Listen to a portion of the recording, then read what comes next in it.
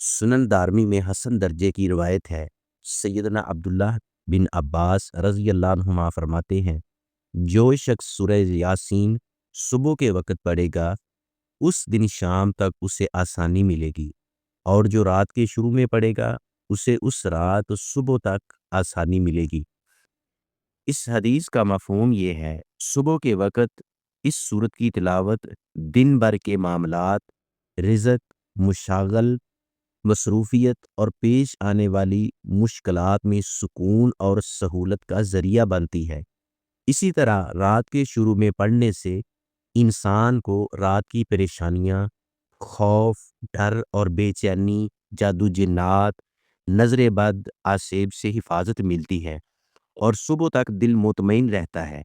یہ آسانی دل کے اطمینان اور اللہ پر توکل کی صورت میں نصیب ہوتی ہے۔